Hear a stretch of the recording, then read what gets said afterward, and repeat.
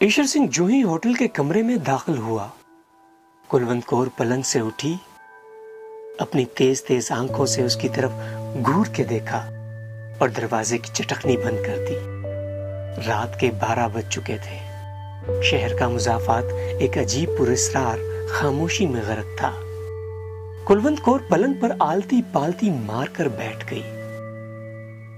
ईशर सिंह जो गालबन अपने परेशान ख्यालात के उलझे हुए धागे खोल रहा था, हाथ में किरपान लिए एक कोने में खड़ा था। चंद लम्हात इसी खामोशी में गुजर गए। कुलवंत कौर को थोड़ी देर के बाद अपना आसन पसंद न आया और दोनों टांगे पलंग से नीचे लटकाकर हिलाने लगी। ईशर सिंह फिर भी कुछ ना बोला।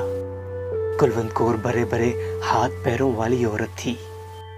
भरा भरा जिस्म, तेज आंखें, बालाई होंठों पर बालों का सुरमई गुबार, थोड़ी की साख से पता चलता था कि बड़े धड़ल्ले की औरत है।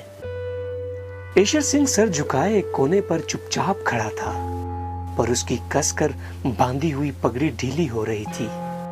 उसके हाथ जो किरपान को थामे हुए थे, थोड़े थोड़े कपकपा रहे थे, मगर उसके कदो कदामत और कद्दुखाल से पता चलता था कि वो कुलवंत कौर जैसी औरत के लिए मौजूद तरीन मर्द है।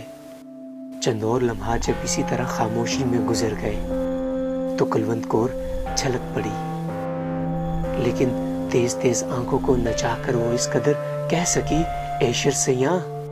ईशर सिंह ने गर्दन उठाकर कुलवंत कौर की तरफ देखा, मगर उसकी निगाहों की ताब ना लाकर मुंह दूसरी तरफ कर लिया।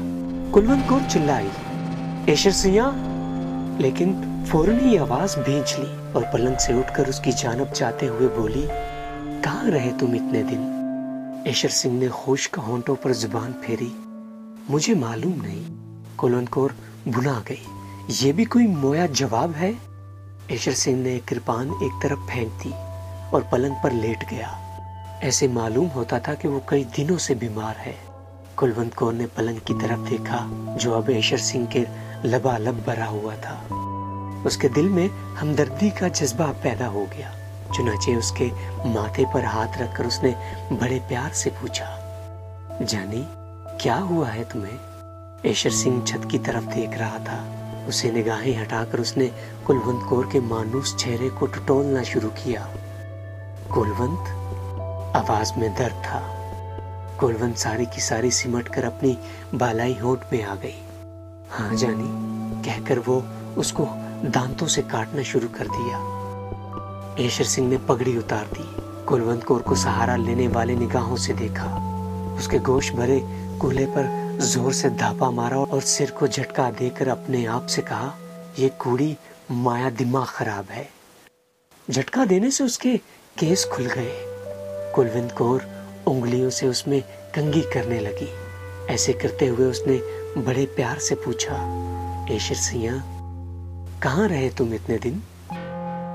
बुरे की माँ के घर। ईशर सिंह ने कुलवंत कौर को घूर के देखा और दफातन दोनों हाथों से उसके उभरे हुए सीने को मसलने लगा। कसम वाहे गुरु की बड़ी जानदार औरत हो। कुलवंत कौर ने एक अदा के साथ ईशर सिंह के हाथ एक तरफ झटक दिए और पूछा, तुम्हें मेरी कसम, बताओ कहाँ रहे? शहर गए थे? ईशर सिंह ने एक ही लपेट में अपने बालों का जूड़ा बनाते हुए जवाब दिया, नहीं।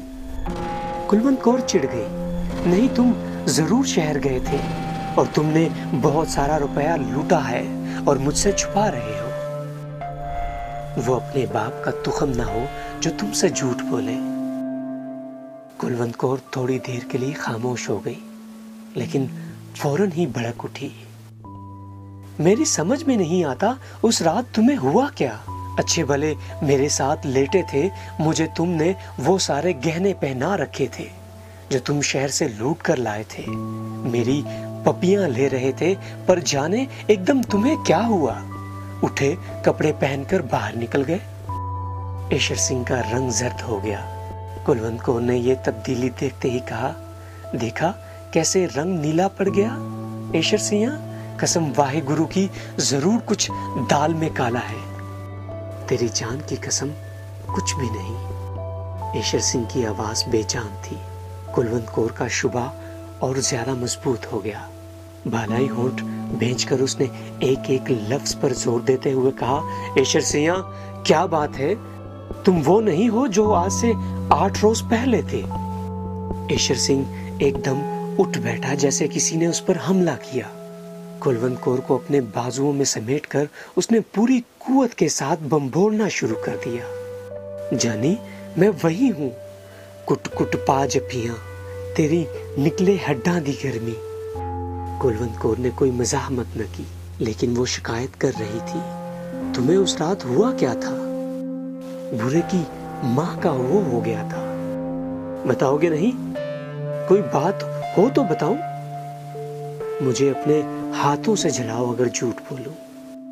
ईशर सिंह ने अपने बाजू उसकी गर्दन में डाल दिए और होंठ उसके होंठ में गाड़ दिए। मूंछों के बाल कुलवंत कौर के नथनों में घुसे तो उसे छींक आ गई। दोनों हंसने लगे। ईशर सिंह ने अपनी सदरी उतार दी और कुलवंत कौर को शाहवानी नजर से देखकर कहा, आ जाओ, एक बाजी ताश की हो जाए। कुलवंत कौर के बालाई होंठ पर पसीने की नन्ही नन्ही बूंदें फूट आई। एक अदा के साथ उसने अपनी आंखों की पतलियां घुमाई और कहा, चल दफा हो। ईशर सिंह ने उसके भरे हुए कूल्हे पर जोर से चुटकी भरी। कुलवंत कौर तड़प कर एक तरफ हट गई। ना कर ईशर सिंह, मेरे दर्द होता है। ईशर सिंह ने आगे बढ़कर कुलवंत कौर का बालाई होंठ अपने दांतों तले दबा लिया और कचकचाने लगा। कुलवंत कौर बिल्कुल पिघल गई। ईशर सिंह ने अपना कुर्ता उतार कर फेंक दिया और कहा, लो फिर हो जाए तड़प की चाल। कुलवंत कौर का बालाई होंठ कपकपाने लगा। ईशर सिंह ने दोनों हाथों से कुलवंत कौर की कमीज का घेरा पकड़ा और जिस तरह बकरे की खाल उतारते हैं इस तरह उसको उतार कर एक तरफ रख दिया। फिर उसने घूर के उसके नंगे बदन को देखा और जोर से बाजू पर चुटकी लेते हुए कहा, कुलवंत, कसम वाहेगुरु की, बड़ी करारी औरत है तू। कुलवंत कौर अपने बाजू पर उभरते हुए लाल धब्बे को देखने लगी। बड़ा जालिम है तू ईशर मियां। ईशर सिंह अपनी घनी मूंछों में मुस्कुराया। होने दे आज जालिम। और ये कहकर उसने मजीद जुल्म ढाना शुरू कर दिए। कुलवंत कौर का बालाई होंठ दांतों तले कुचकुचाया, कान की लू को काटा, उभरे हुए सीने को बम्बोड़ा, भरे हुए कोलों पर आवाज पैदा करने वाले चांटे मारे, गालों के मुंह भर भर के बोसे लिए, चूस चूस कर उसका सारा सीना थूकों से लथेड़ दिया। कुलवंत कौर तेज आंच पर चढ़ी हुई हांडी की तरह उबलने लगी, लेकिन ईशर सिंह इन तमाम हेलों के बावजूद खुद में हरारत पैदा न कर सका। जितने गुर और जितने दाव उसे याद थे सबके सब उसने पिट जाने वाले पहलवान की तरह इस्तेमाल कर दिए, पर कोई कारगर न हुआ। कुलवंत कौर ने जिसके बदन के सारे तार तन कर खुद ब खुद बज रहे थे, खैर जरूरी छेड़छाड़ से तंग आकर कहा, ईशर सिंह, काफी फेंक चुका, अब पता फेंक। ये सुनते ही ईशर सिंह के हाथ से जैसे ताश की सारी गड्डी नीचे फिसल गई। हांफता हुआ वो कुलवंत कौर के पहलू में लेट गया और उसके माथे पर सर्द पसीने की लेप होने लगी। कुलवंत कौर ने उसे गरमाने की बहुत कोशिश की मगर नाकाम रही।